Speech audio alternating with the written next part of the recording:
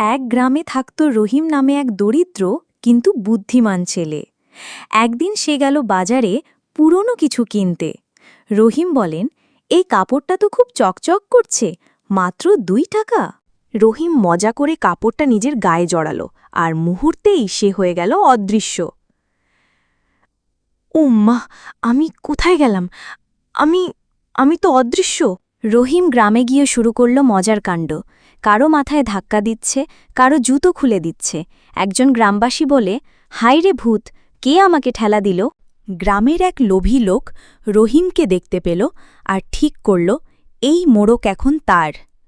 লোভী লোক মনে মনে বলে, এই জিনিসটা খাকলে তো আমি রাজা হয়ে যাব। লোভী লোক মোড়ক পরে হয়ে গেল অদৃশ্য আর শুরু করল চুরি। দোকানদার বলল, আমার চাল গেল কই?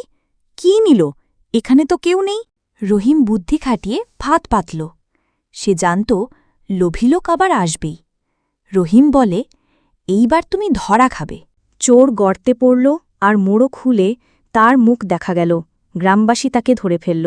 এই তো, এই লোকই চোর। রহিম ফিরে পেল তার জাদুর মড়ক, কিন্তু এবার সে বুঝে গেল এটা শুধু মজা নয়, এটা দায়িত্ব।